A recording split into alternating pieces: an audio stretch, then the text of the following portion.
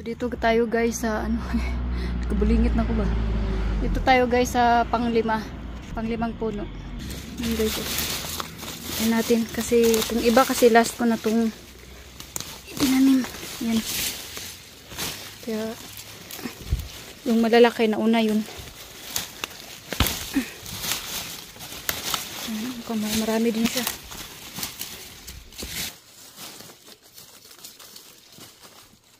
Wow, meron din siya guys dito. Yan guys, oh.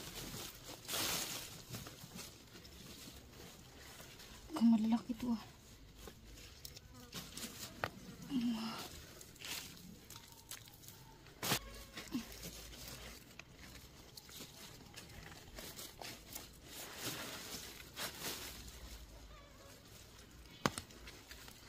Wow, ang laki.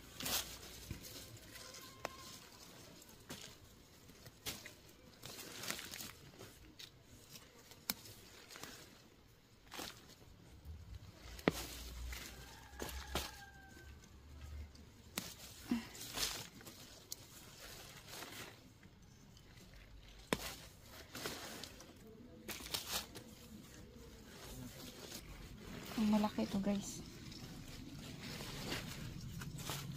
Ito kasing last guys is kaya konti lang yung ano, hindi masyadong malalaki. Kasi last ko na itong tinanim.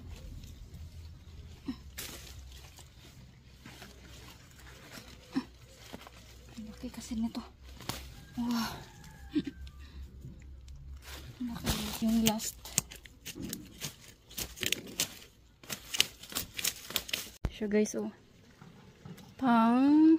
Panglima na to. Hanap pa tayo kung meron pa ba. Meron pa tayo makita na puno.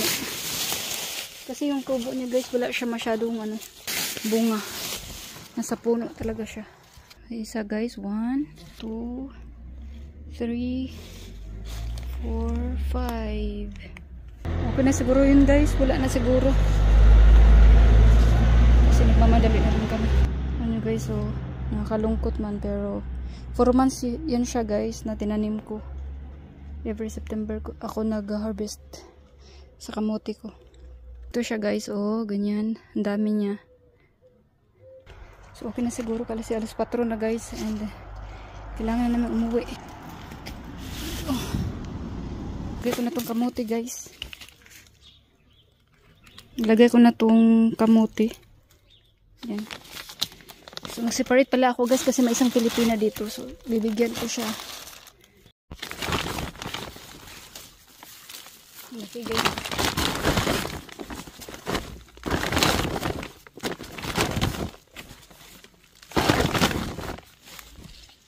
Ito pinakalaki guys, oh. Sobrang laki.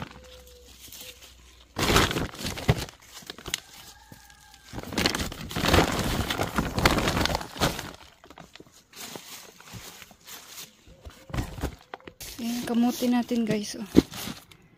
Yan. Ito naman yung gulay guys. Nilagay ko na siya dito separate.